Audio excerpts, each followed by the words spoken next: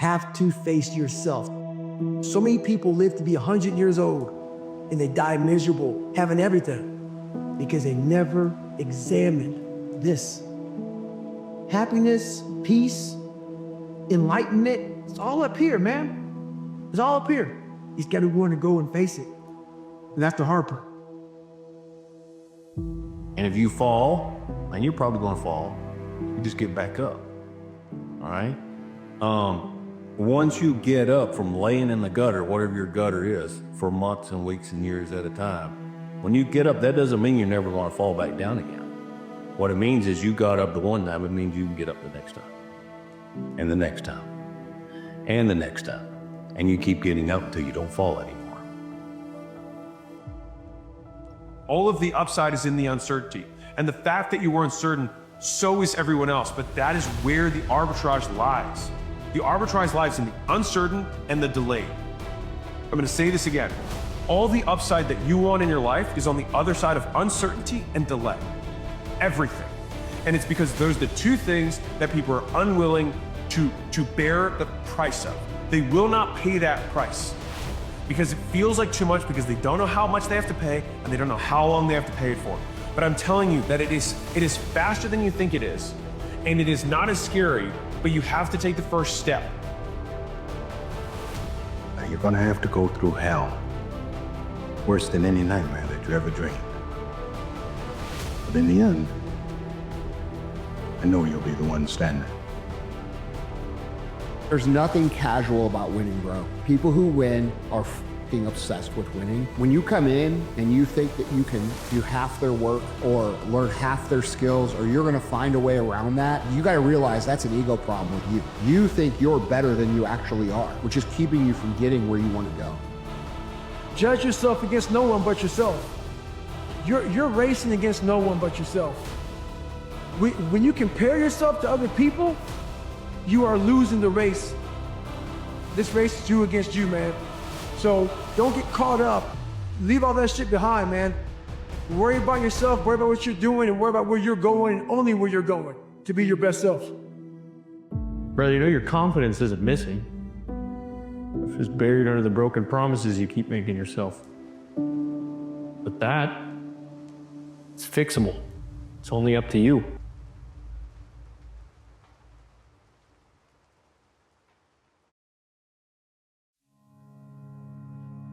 Anybody who believes anything other than this is all my responsibility, that I can change and get a different result. If you believe anything other than that, you're never going to reach your full potential. What are your goals? The only thing that you should believe or do is that which moves you towards your goals. So if lamenting and feeling broken inside because I was victimized by somebody is going to move me forward, then I will do it. But my gut is that'll take me to a dark place. It won't put me in a position to think and act and try to be strategic and make more useful decisions in the future. Rather than the problem is overwhelming, this problem is solvable. If people always start with that, this problem is solvable. Now we may disagree about how to solve the problem, but we're at least in the right frame of mind. There's not the hopelessness. There's not the, this is forever, we're stuck. It's, what can I do? How do I improve? How do I get myself out of this? People have been given sort of a general sense of how to think culturally that I don't think moves people towards their individual goals. And I just know that fulfillment requires you to do something hard, to build yourself, to become stronger, to become more resilient, to have meaning and purpose. We are hardwired to experience joy when we have meaning and purpose, and that we had to work hard for a set of skills that allow us to serve other people. It is innate. You'll never be able to get somebody to not feel good about that. So if we know that's an innate path, get people on that path, right? Know what your goal is, and then do and believe things and move people towards that goal. Where the other thing, to be cynical, to be pissed about what somebody else had, it's a dark place, man. Transform yourself into something that is truly undeniable, to become so good that they can't ignore you. The reason that we have taken over the globe in a way that no other species has is because we are the ultimate adaptation machine. Darwin is often misquoted as saying it's the strongest of the species that survived. He did not say that. What he said was it's neither the strongest of the species that survived nor the most intelligent, but rather the most adaptive to change. It is the animal that can change the fastest to a changing environment that becomes the most dominant species the world has ever seen. It is our very nature to change. That is what we are wired to do. If you look at human DNA, we have roughly 20,000 genes that encode traits. And for a long time, scientists disregarded all of the other, what they call junk DNA, that didn't encode for traits. But what we now know that junk DNA is epigenetic signaling. It is the thing that makes us extraordinary. It's the thing that says, in this environment, respond like this. So you can go to the gym and bust your ass and train your body and change your physique. And we've all seen it happen with bodybuilders. We all get that they came out of the womb weak just like everybody else, and they put themselves under an ungodly amount of stress and strain, and they pushed themselves every day, and they had this just unimaginable amount of discipline. And from that, they are able to transform themselves into somebody completely unrecognizable. It is amazing. And because it happens on the outside, we all get it, we all believe in it. We look at athletes and we understand that they work their way there. But we don't look at Gary Kasparov and realize he did the same thing, because what's happening in the mind seems invisible. We can't see it, we don't understand what's happening. What you build your self-esteem around matters. And whether you realize it or not, each and every one of you has something that sits at the core of how you feel about yourself. And from that, your identity, your sense of self-worth, your self-esteem, it is all built around that thing, because you cannot make change until you acknowledge where you're actually at. If you understand where you're weak, then you know where to spend your time building skills. To me, the gap between where you are now and where you want to go is a gap of skill set. As Nassim Taleb says, things that are robust, that are strong, that are tough, that can take just a lot of abuse before they break, they are still ultimately defined by their breaking point. Something that is anti-fragile, on the other hand, is something that the more you attack it, the more it is pounded on, the stronger it gets.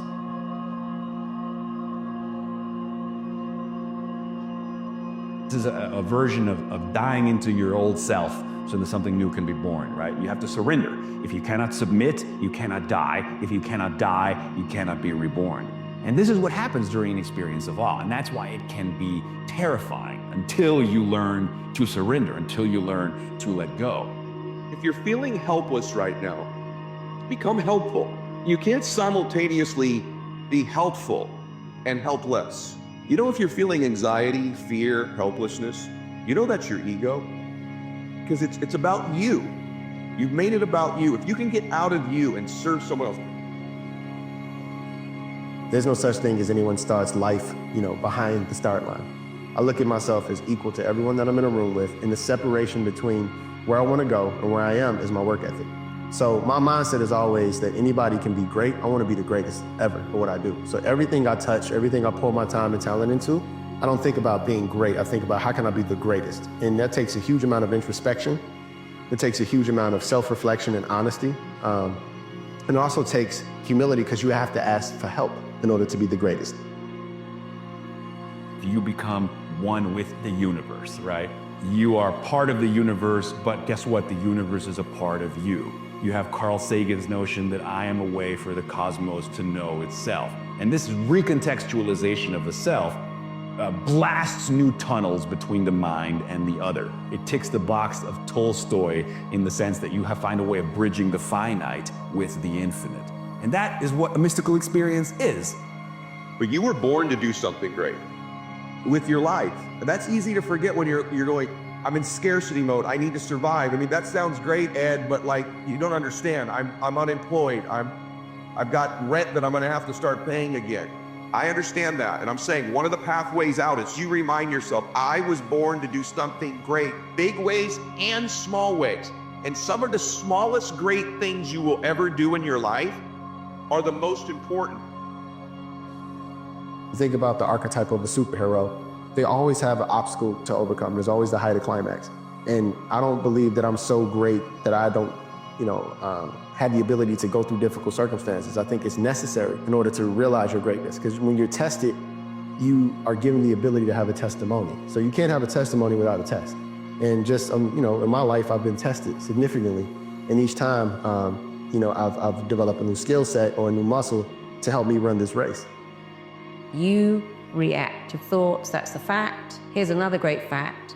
You can change your thoughts anytime you like. And if you change your thinking, it changes your entire life. So for instance, we're all saying, I'm stuck at home. I'm safe at home. You change one little word, it changes everything. So we're not stuck, we're not locked in, we're not trapped, we're not in prison. It's not an apocalypse. It's not Armageddon, but if you start to use those words, it begins to feel exactly as if it is that case. An experience of awe and rapture or poetic rhapsody ticks all these boxes: feelings of interconnection, feelings of communion with the infinite, feelings that you are part of love, something larger than yourself, feelings of ecstatic well-being, feelings of a noetic truth that's deeper than the literal grid of the everyday. If an experience ticks all those boxes, that is considered a mystical experience, you know? And we know that that is healing. People suffering from treatment-resistant depression and treatment-resistant anxiety are given a single dose of psilocybin psychedelic mushrooms in a controlled environment with 2 therapists in the room. If they have a mystical experience, which a large majority of them do, they are healed of their existential distress. They no longer meet the criteria of depression and or anxiety. Why? Because the whole story of who and what they are has been transformed. But I must say, everyone, we're 3-4 weeks into this. And it's time now, if you haven't, to begin to create these structures around you again. It's time to be growing. It's time to be engaging again. You know, for me, it's about creating more structure when the world isn't giving it to me. I need to create more. So I'm crazy. I'm getting up a half hour earlier than I normally do. Why? Because I know everybody else is getting up an hour or 2 later. And it's just another thing. I wake up, I go, I'm doing things not everybody's willing to do. I mean, your greatest enemy is your enemy. It's the conversation you have in your mind. So the battle that's within is greater than the battle that's in the world. So once you're able to fight that consistently and calm yourself and control yourself and be methodical and specific about how you respond, nothing will surprise you. You're immovable at that point. You won't waver. You won't break.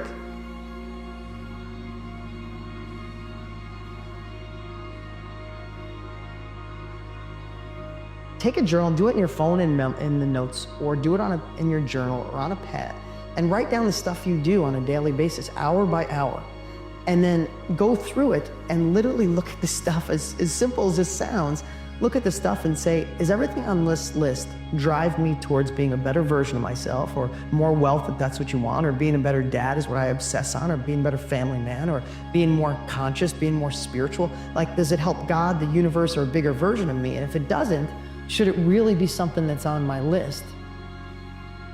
They say the beginning of a personal crisis is when the story you tell yourself about yourself is no longer convincing, right? But you have an experience of awe, you have an experience of opiated adjacency, you have an experience that blasts new tunnels between yourself and the other. You have an experience of radical cosmic recontextualization when you connect with something larger than yourself. You have Campbell's apotheosis, right? And you are born anew. What does this mean to me? And can I change the meaning? If I can change the meaning, it will change my life, because the meaning is yours to change. The way you feel about everything is down to 2 things: the pictures you make in your head and the words. The way you feel about everything, every minute of every day, is only down to 2 things: the pictures you make in your head and the words you say. But you could make that even simpler and say, forget about the pictures, because the words make the picture. A young man reveres men of genius because, to speak truly, they are more himself than he is. And that is the perfect sort of way to think about being young and trying to build a mindset for yourself, is that, when you read the great philosophers or just the great thinkers about anything, what is so enlightening about them is that they knew how to say these things. If you want to be the greatest at something, you have to be open to improving. There's no way around it. You can't say, I'm good, I'm done, that's it, I'm the best ever, and I don't have to develop a new skill set.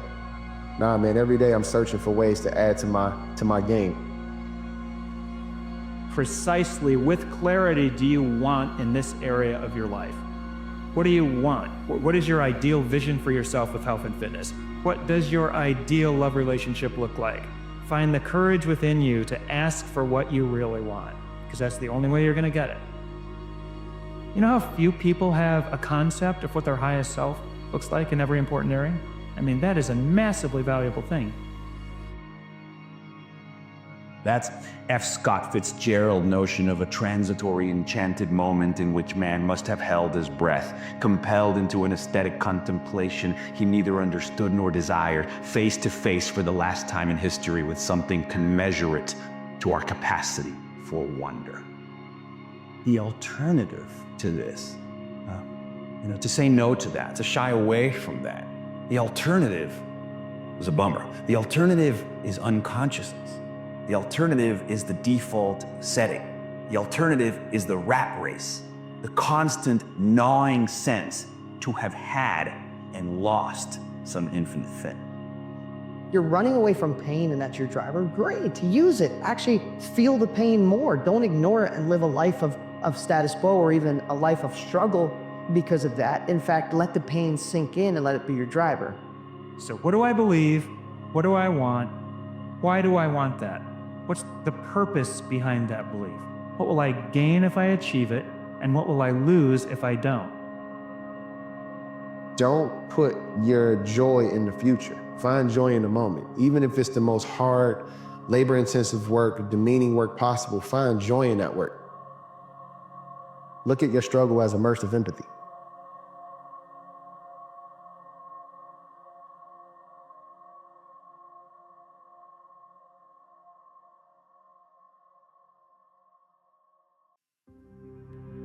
You don't know about real loss, because it only occurs when you love something more than you love yourself.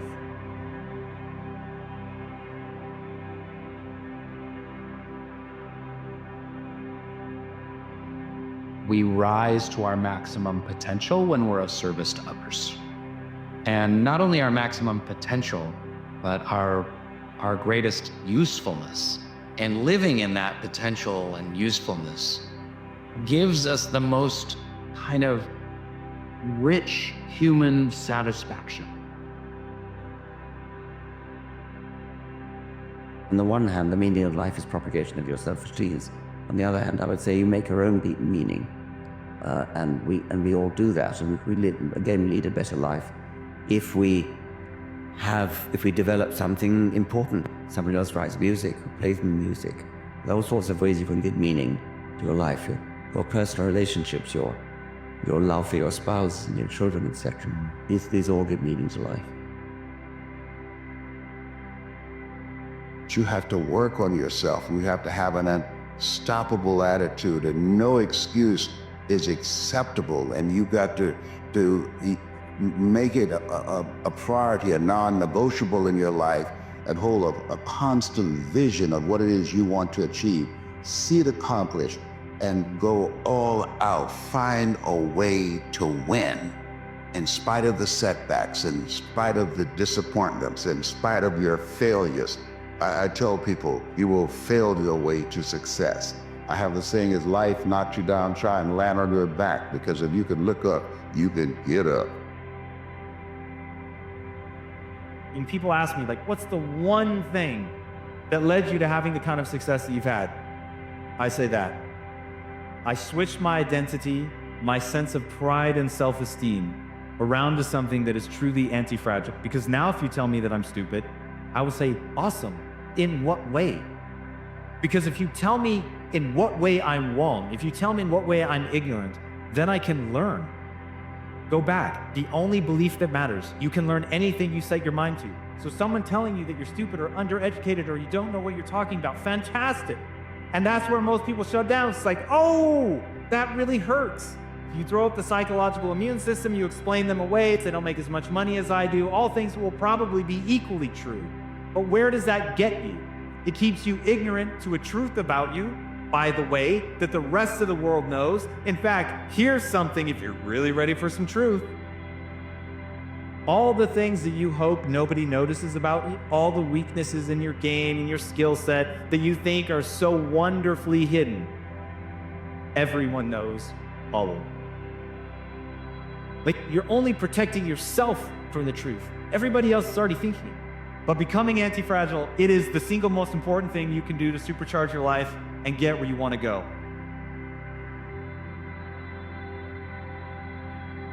That you have to always go back to that student mindset. You have to always go back to that emptiness. And I think one of the reasons why we struggle with that is we think that when we're full, we're safe. Our ego makes us believe that when you're full, when you think you know it all, that's when you're safe. Craziest thing is, that's when you're at your weakest. Everything I went through, if you learn how to flip that mug on top of his head and say, hang on, there's so much power in this thing. If you look at life as it is a trial ground, a testing ground for where you need to belong, where you need to go, suffering is a fact of life. If you look at suffering the right way, it's a great tool to callous your mind. It's hard to say what the soul means metaphysically because, say beyond the confines of a single human being, we do have this sense that the soul can expand itself into something that's greater than it has. It has this capacity for growth. And we do have the sense that the soul can expand itself to the point where it's enlightened, that it's working as efficiently as possible to transform everything that's unnecessarily painful and malevolent about the world into what's positive and good. And that it does that as a consequence of confronting the world with courage and truth. And I think that's right. And I do think that that means that the soul participates in something eternal, which is the attempt of being itself to transform what's unnecessarily painful and malevolent into what's good.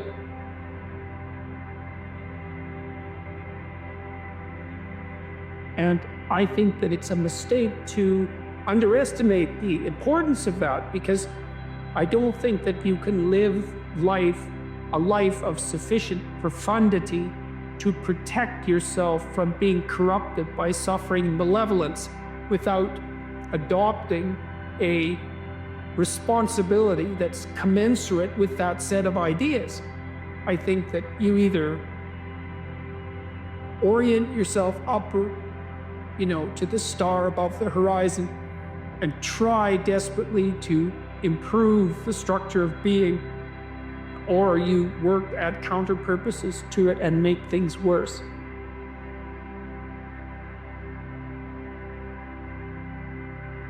How people live their lives, as you know, is a result of the story they believe about themselves. He interrupted my story, and I left there with a heart full of faith, not a heart full of fear. Zig said, most people in a fearful situation, they forget everything and run.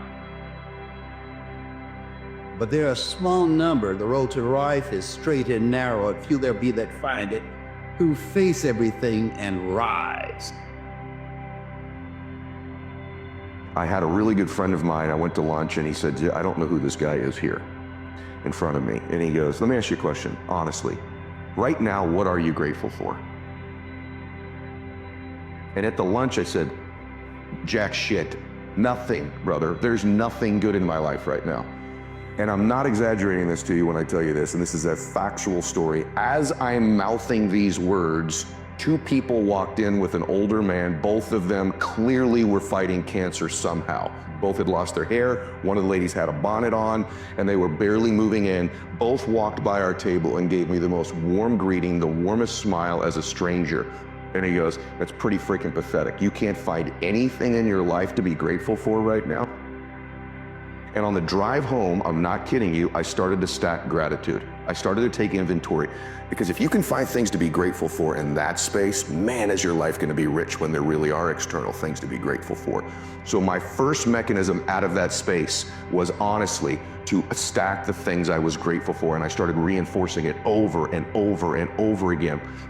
And what happens is, there's this reticular activating system in our brains, right? And all of a sudden, because that's the messaging I was giving myself, all of a sudden, all these things start to come into my awareness that I'm grateful for. I start to magnetize to myself some people that I needed to find into my life, and that was the next layer. I started to see things to be grateful for. My health, my fitness, people who loved me. And what it did is it changed my state. When I stacked gratitude, I changed what I did in the morning, and I changed what I did in the evening. And so somehow by grabbing control of my morning and by grabbing control of my evening, I got some measure of control over the middle of my day. I was an out of control person back in those days, meaning this: I woke up worried, stressed, fearful, and I immediately start thinking about a bill I had to pay, something that was wrong, and I'm in a state of reaction to begin I'm talking within 6 minutes of waking up, 6 seconds.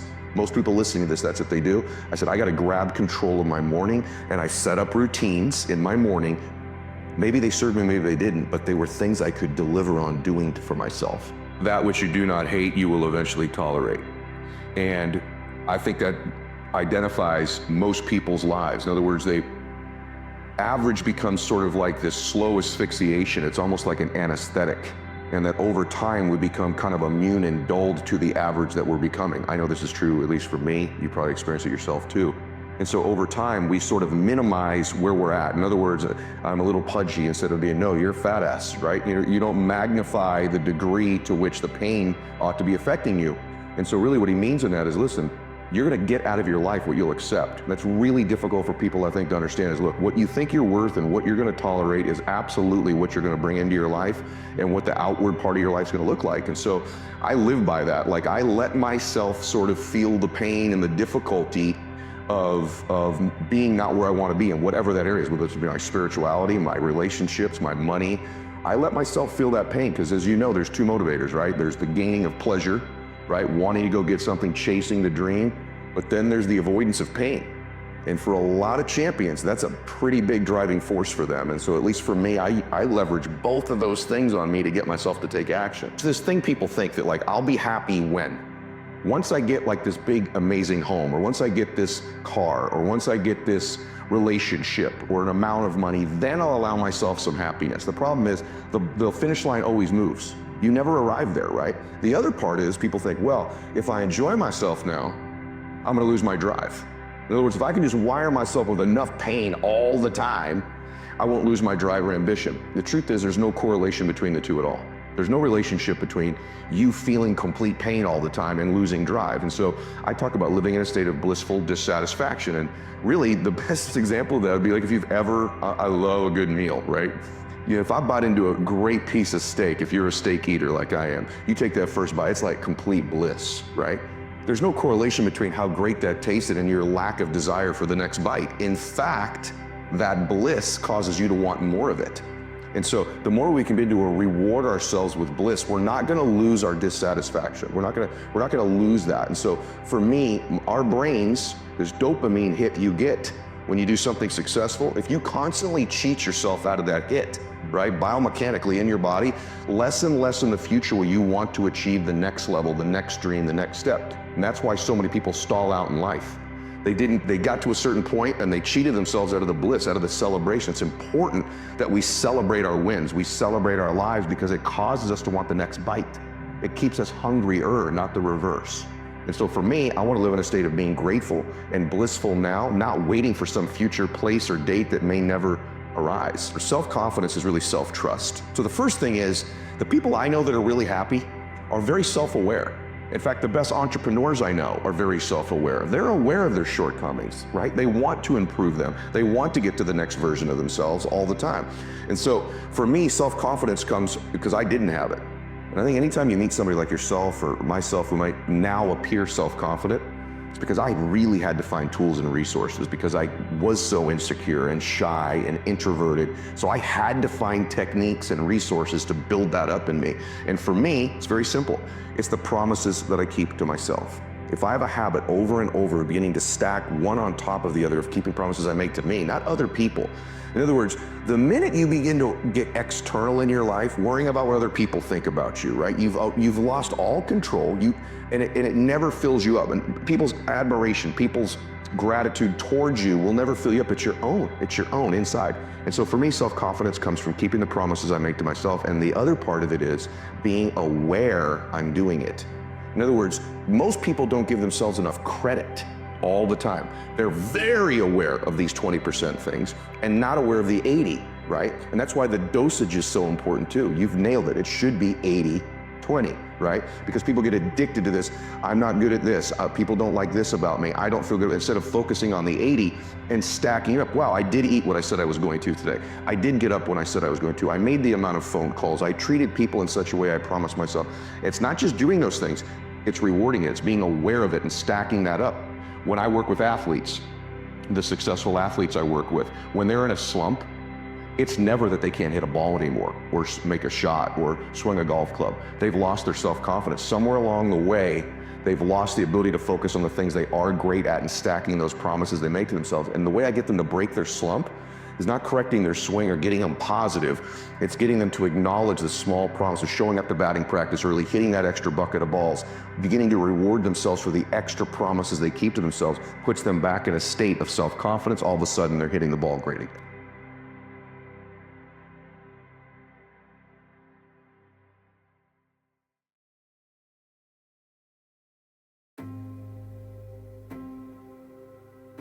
If you want to be great, the burning sensation is you having to accept that you've something up, not as far along in the journey as you want to be, and what you have to learn how to do. If you want to be great, you have to learn to let it burn. And even though your impulse is going to be to turn away from that, to not look at it, to soothe it by saying it's them, it's their fault, they fucked it up, I grew up in the wrong place, like whatever excuse you use to try to let yourself off the hook for not being where you want to be, instead of saying, actually, the power is the ability to let it burn. Not only is it possible, that's probably the best time to do it. When circumstances and situations are pressing in upon us, the only way we can overcome them is to go within, to actually begin to ask very empowering questions with the awareness that this universal presence and its law will answer any question that you ask. So if you're in a situation that is pressing on you and you ask, what's trying to emerge in my life? What is my gift to share? What is my purpose? Why am I here on the planet? Not just how can I pay my rent, not just how can I stop the pain. You ask empowering questions. The universe will answer these questions in a language and in a way that you can understand. What is it? What is the one power that you have right now in this moment that can change everything? You have it, I have it, we all have it. This one singular individual power that can change anything in our life, regardless of what's happened to us. I want to find more. All I can. And in that sack of you have to dive in that to find more. Because if you're not willing to go in there and face yourself, not gonna find anything. You're gonna live right here on surface, man, right here on surface. So if there is an ending to this world and there is somewhere to go and there's a judgment, you're gonna get there and you might see a chart. And that chart might tell you who you should have been. And now you get the rest of your life to think about that. Now I could have lived a much better life if I just would have just suffered a little bit more. Whatever your answer is, you can do it right now, today, starting today, right? It's still possible. You can start doing that right now. It's empowering the present with the future. There is nothing stopping you from making it happen right now. You don't have to feel that way when you're 70. You don't have to feel that way when you're 80. You never, ever have to feel that way if you start doing it right now. And you can do it right now. Even if it feels impossible, you can start working on it right now. You can start trying right now. You can start making plans right now because you're not there yet.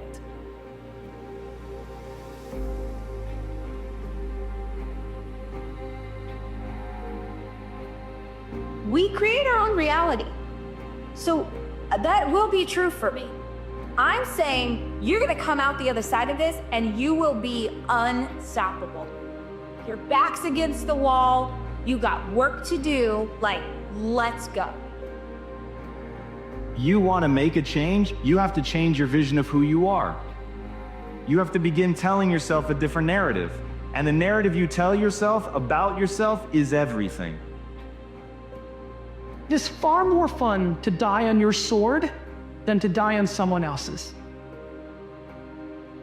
Always have this belief. If you want to be successful at anything in life, never leave the sight of setting a goal without doing something that commits you to fulfillment.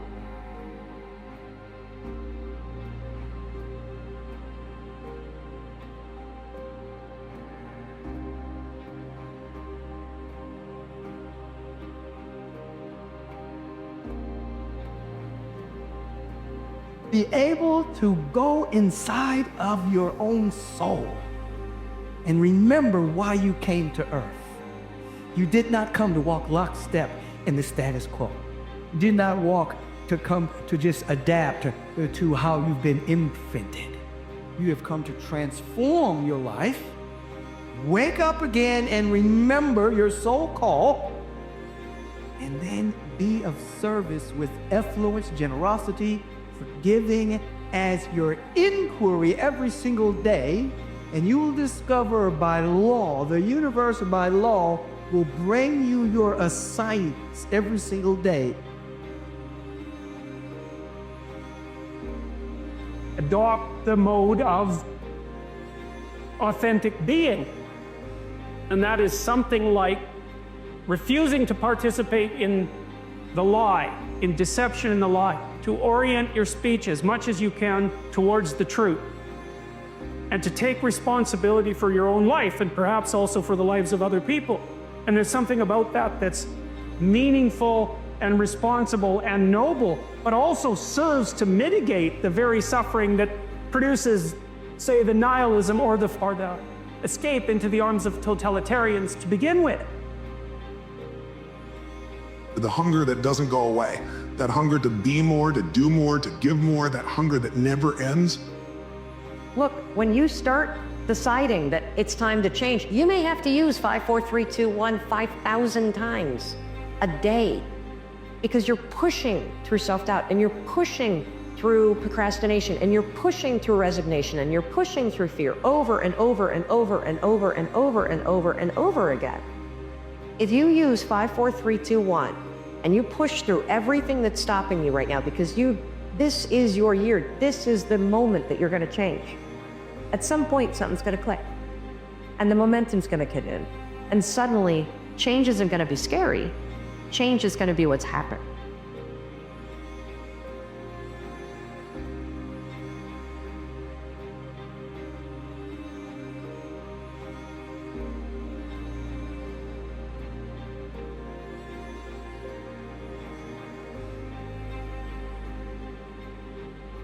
Stop judging yourself through the lens of a moment and start judging yourself through the lens of 10 years.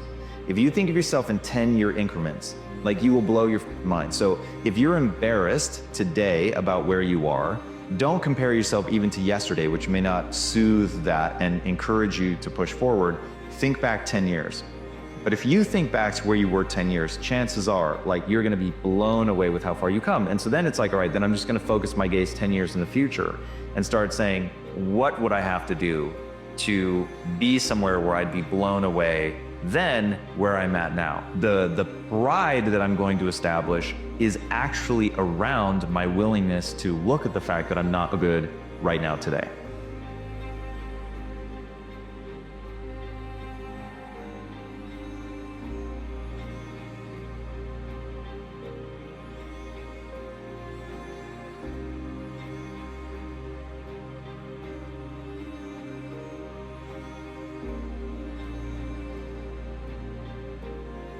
We are most alive, we have the most energy, we are most intimate with our best selves when we're progressing towards our mighty mission. I think what's happened on the planet right now is there's been a great seduction and a great brainwashing. When we are kids, we want to be astronauts. We want to do all our dreams, and we're full of curiosity and we're loving. And we're passionate, we're strong. We're not afraid to be ourselves. But as we leave the perfection of childhood, the hypnosis and the brainwashing begins. Be reasonable. So that's our nature, but our parents give us limitation based on their limited psychology. And don't sing too loudly, don't dream too big, don't be too passionate. As we've left who we truly are, we've contracted. And now it's all about staying safe in the world versus going out there and letting our brilliance, our primal genius shine. And a lot of people just have stuffed that pain of disappointment and their doubt really deep inside. And they just are addicted to distraction and escapes because they don't want to deal with their potential that they've denied. Before you can be a painter who can paint what's beyond mere memory, you have to inculcate that discipline skill, and a lot of that is painful repetition and hard grinding work. It's the sacrifice of the present for the future. But once you manage that, then things open up. And virtually everything you learn of value is like that. And while you're learning those rules, the probability that you have any creative freedom to speak of or any facility with the rules is very low. You're a rank beginner. And even to some degree, whatever creativity you have is going to have to be stifled while you're passing through that keyhole. But if you pass through it, then something massive opens up on the other side. You have to narrow yourself first, and then you can broaden outward. Anybody, not just Navy SEALs, but anybody that can accomplish anything that is hard. The only separator is that they really want to be there. There's some people that get inspired, and that inspiration moves them to try to do something. But that inspiration, I watch a movie about some badasses, you're inspired. But the second you're not in this environment and you're actually doing what inspired you, that suck factor is now real.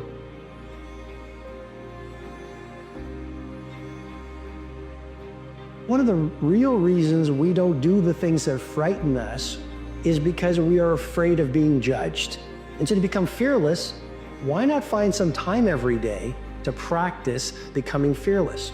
Stop resisting. I encourage you, stop resisting the natural flow of epic performance. Stop resisting the natural seasons of life.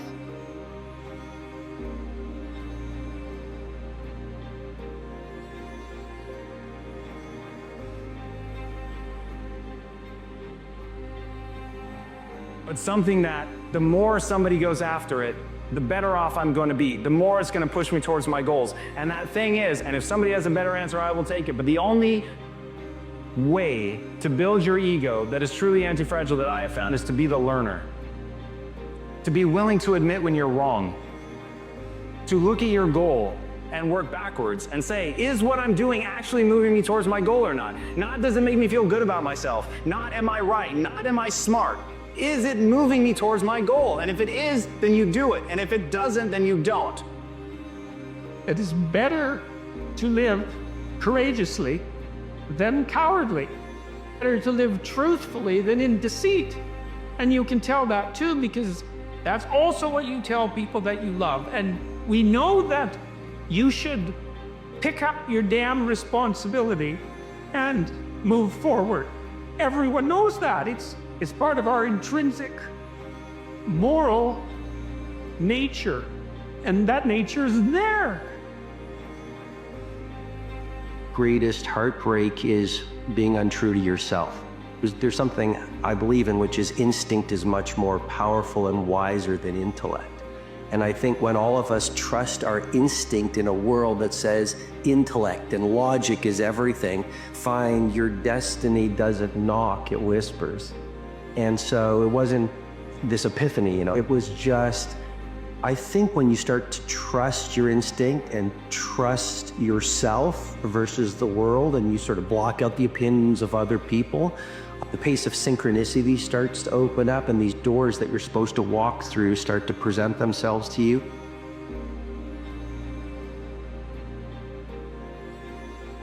But if you want to have the passion to make something big, to make big change, it's got to be something that you believe in beyond reasonable doubt. It's got to be something you've just got to make happen. So ask yourself, do I want to know more about this than anyone else? Because you're going to have to get better at it than anyone else if you want to be excellent and deliver on the promise. That's the ethical requirement of individual being in the proper sense, is to constantly note that you're not what you could be, to take responsibility for that, and to commit yourself, like body and soul, to the attainment of that ideal.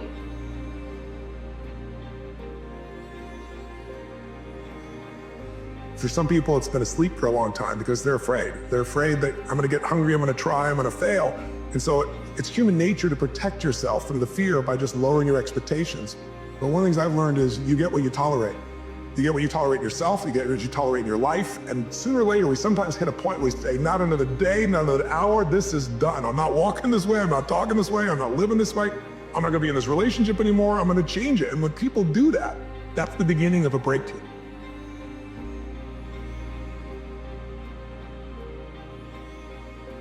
Happiness is not about achieving things. It's not about getting the result. It's about how you pursue the things that you enjoy and why you're pursuing them. And so the key to life, and I'm seeing it happen in my own life, is not actually checking the boxes and getting all those things that you dream about. It's how you go about living your life as your Ursula. What do I have to look forward to? Nothing if you've already achieved it, which is why it's so important for you to understand that the real meaning of happiness is about how you show up every day. Yes, you should have big goals. Yes, you should have big dreams. Yes, yes, yes, and yes, you should pursue them. Oh, don't ever think that, quote, making your dreams come true is what actually makes you happy. Because what actually makes you happy is having those big dreams and waking up every morning and doing a little something.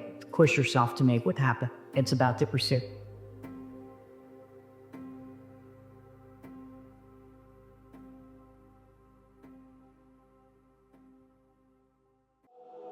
What if? Body's broken, mind's broken, spirit's broken. I start to say, what if I can pull this off? It's the what if I can pull off a miracle. What if I can become someone that no one thinks I can be? Everyone knows that you wake up at 3 in the morning when you've let your life go off the rails. The decisions you make right now is up to you. You crying about something that happened to you when you was a kid. You ain't even no kid no more.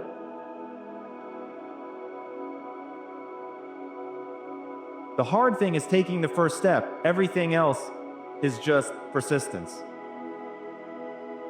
So what I want you to understand about the breakthrough is that 90% is work, but the last 10%, that's fight. You commit to do this for the long term. Whether it's hard or easy doesn't matter. You're doing this. I tell you to set goals beyond your lifetime. I tell you to set goals as soon as humanly possible. You will never exceed your highest expectation. You will never exceed your highest, craziest thoughts. That's a guarantee. And so then why to set low goals? Every tool you have, and most people will not use every single tool they have. Because they're afraid, they don't know how to control it, they don't want to acknowledge it, they're afraid of being judged. They want to stand out. They want to be different. They want women to acknowledge them. But they have so much doubt of what greatness and the unforgiving race actually requires to win over and over again. We all have fear. We all have fear, but these individuals have so much doubt. Think about the times where everything was going wrong. Nothing was going right. What kept you going? What kept you going? You were in that place. What kept you going? That was your dark energy. When does a new day start? at midnight. If a new day starts in the dark, why are you afraid to use your dark side for your new beginnings?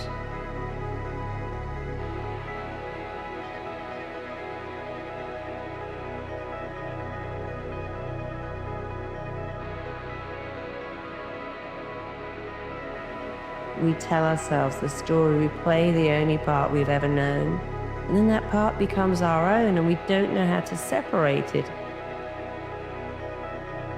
So we understand praise manipulates, will accept your own praise. Your mind says if you say it, it must be true, which is why self-criticism goes in and does so much damage, and self-praise goes in and does so much repairing, because the most important words you'll ever hear are the words you say to yourself. You have too many individuals out there that are not writing their own story.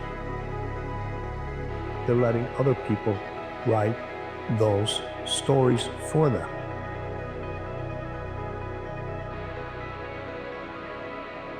So first thing is, that's the first big problem right there. First big problem is that you have put a lot of people above you, put no one above you, no one. And how many times have we given up on a dream because we were mocked by the people around you? And all I'm suggesting to you is when you get laughed at, ridiculed, and when people don't understand your next level of world class, that just means you've got a great dream, and that just means you're on the path of growth. But momentum requires you always do the next thing to keep the momentum going. And the reason you get yourself in a passionate place is so that you change your life, and the only thing that changes your life is making a decision.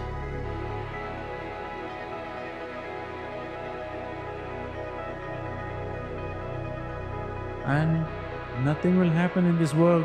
Everything will happen wonderfully well, even if you're not there. Every human being should be aware of this every moment of his life.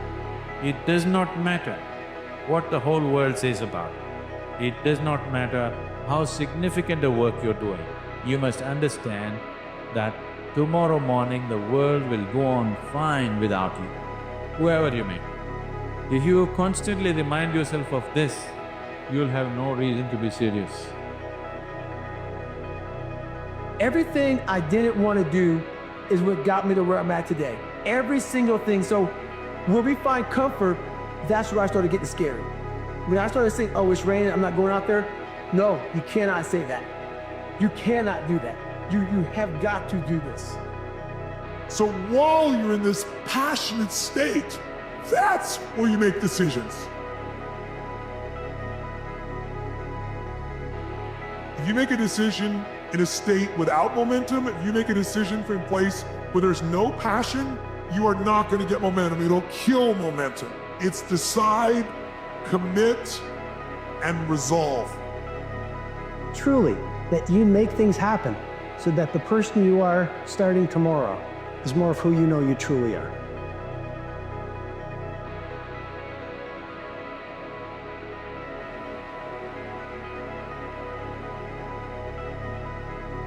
Most individuals, your mind will make a decision. Say, we're going to do this. Your feelings always make suggestions. When you fail, your feelings give you excuses. Your mind makes you more resilient. There are things that you know that you must focus on, but it scares you. I want you to look at where in your life that story is robbing you of your dreams, and where it is giving you an excuse to avoid the things that you know you need to do. People will point out your weaknesses, but there's a big difference between your weaknesses and your flaws. Your flaws are your gifts, and people are so busy trying to deal with their flaws and change their flaws when their flaws are actually allows them to stay in that race. Everyone's good at something. You know, you're not meant to be good at everything. It's no good being a jack of all trades and a master of none. So be really good at what you're good at, and don't worry about what you're not good at, because we're not all supposed to be good at the same thing. Find your talent, find out what you love to do. What you're meant to do lies directly behind and is absolutely linked to what you love to do.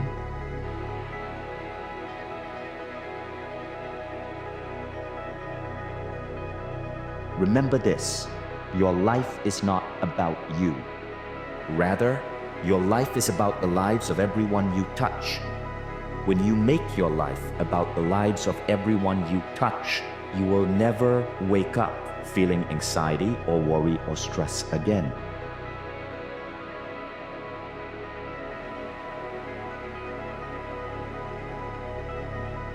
The red pill, its only promise is the truth. That's it. It's not saying that it's going to make things better. It's simply going to reveal the way that the world really is. And that for me was incredibly intoxicating. And I took the red pill intellectually, and what I began to realize is that the mind is the matrix in and of itself. Because I can tell you right now, today, in this moment, I promise you, the matrix has you. You know, I want to live in a world in which the vast majority of people wake up every single morning inspired to go to work. They feel safe when they're there and come home fulfilled at the end of the day. That is not the world we live in now. That is the world I want to live in, and that is the world I want my friends and family to live in. That true goals, true intention comes from within. And when it comes from within, you tend to have more emotion towards it. Because I can do something. And if I can do it better than others, and it's for a greater good in society, I would be irresponsible if I did not. But many people look for meaning in life, as though they will, I'm still searching for meaning in what my life, as though it's going to be under a rock. You have more power than that. You have the power to create meaning in your life, rather than passively look for it. This is water. To a fish, water is so ubiquitous it ceases to exist. Now, we all have that same thing, and it's playing on us, and it's keeping us from becoming who we want to become. And that thing is our mindset. It's our belief system. It is so ever present. It is so ingrained into the fabric of who you are and the way that you process data, you don't even notice it. You don't even know that it's real. And this is the thing that impacts your life. It is your inability to see that your mindset controls everything, that it is water in and of itself. That once you become aware of the water, you can change everything. That you can go from a scared, lost kid in Tacoma to whomever you want to be.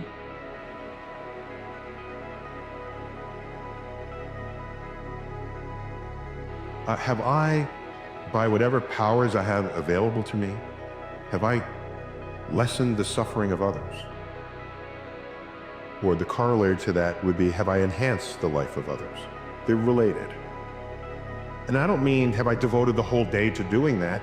Then I would be ignoring myself. But if there's some small gesture that I can do that can completely add value to someone's life, I'm going to do it.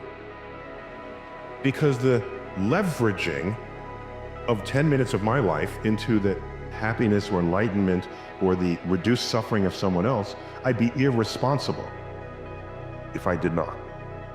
And that 1/3, or not all of my life, is generated through pure intention. There's a large portion of it, Marie says 1/3, that is your soul's intention for you. In other words, it is people that you are meant to meet, and it's predetermined. It's situations you're meant to go through, and you're meant to experience these situations. And sometimes it's pain and failure that you're meant to go through so your soul can learn. And you want to surrender into this. Now, and what this means is accept uncertainty. If you have 3 goals, one may just not be in your soul's top. That's okay. Once you pick a meaning, which is always your choice, then you can start to build a great life. Stories are the outpicturing or the way we tell the own journey that we have to go through, and most people live vicariously through a film. So many people in the world today are obsessed with this idea called the law of attraction, but I can tell you the law of attraction is wrong. The universe doesn't give you what you want. The universe gives you who you are. Don't think law of attraction, think law of resonance. In other words, you have to be that which you want, and then the universe responds. if that's the game that we're playing, if I can construct my belief system, if I can choose at any moment to believe something that's more empowering, one can have no smaller or greater mastery than mastery over oneself.